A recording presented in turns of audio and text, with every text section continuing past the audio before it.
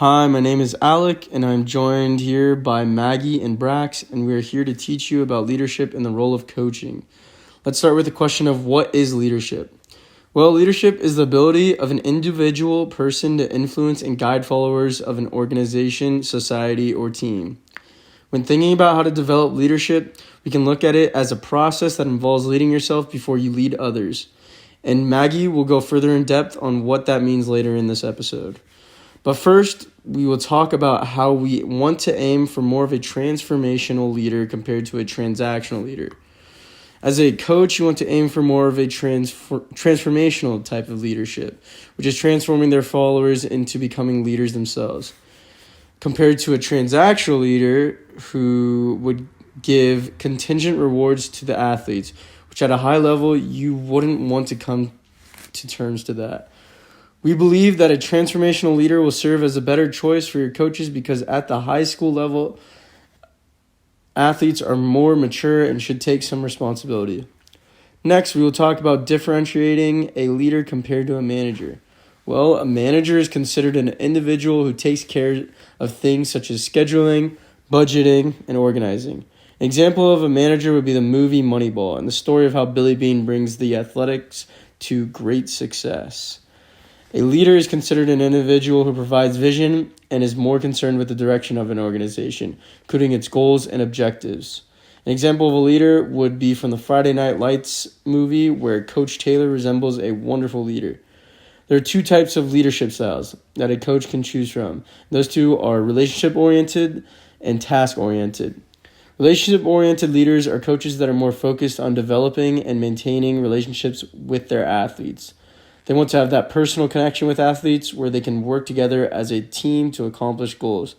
Then you have the other side of the spectrum with task-oriented leaders who would be coaches that are focused on setting goals for the team and making sure everyone is getting their job done, as well as the team getting the job done.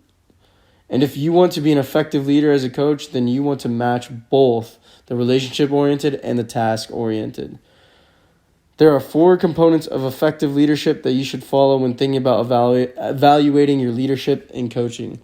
The first component is a leader's qualities, which are essential core personality traits that ensure a person will become a good leader.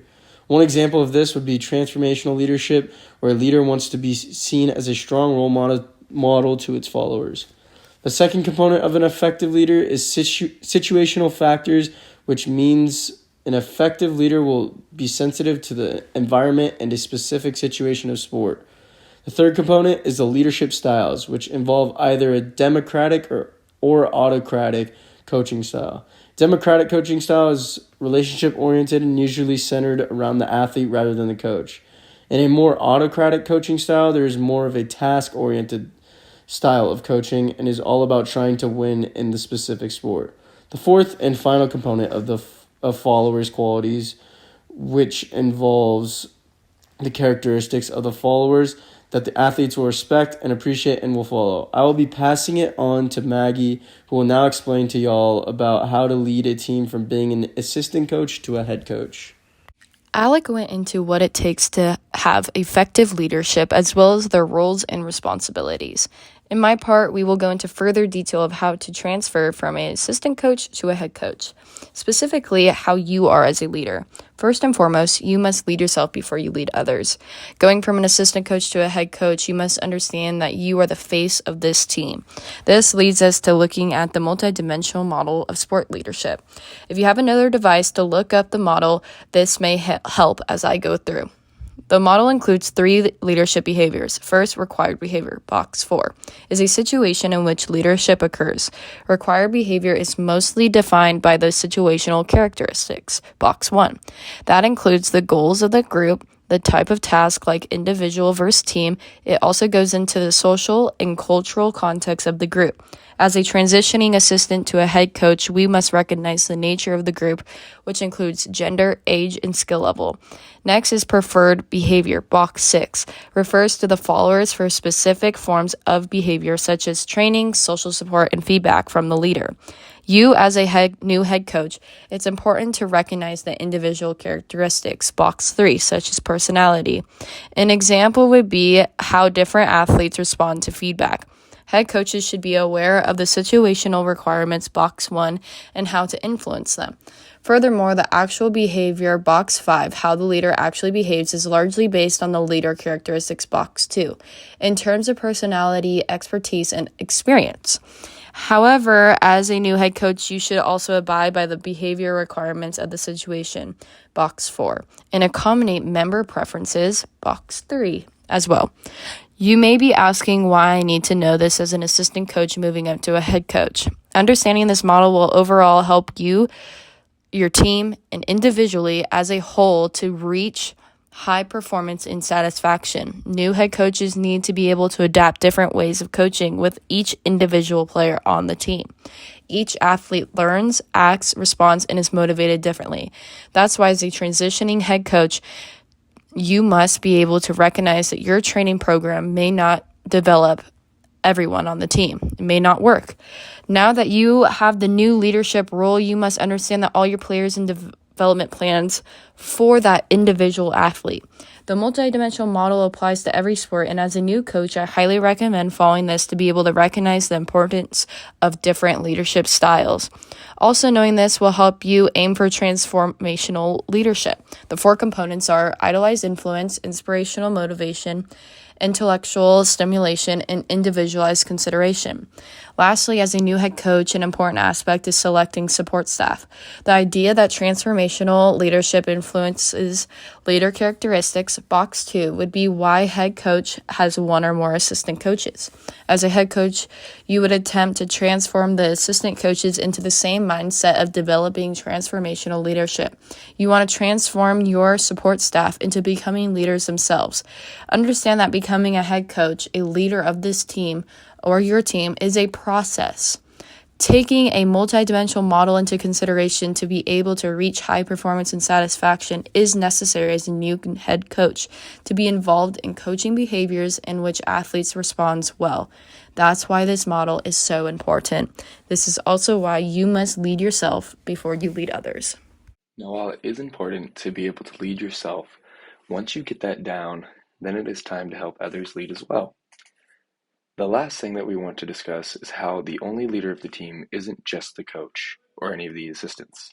In any given team situation, the athletes themselves have different leadership roles amongst them, and it is not as cut and dry as some coaches may think it is. Different athletes will have different roles on the team. Some examples of these would be a task leader who are responsible for keeping everything organized, keeping everyone on track. Another could be the motivational leader, whose job it is for everyone to keep efforts high and to set a good example for the team by leading by example.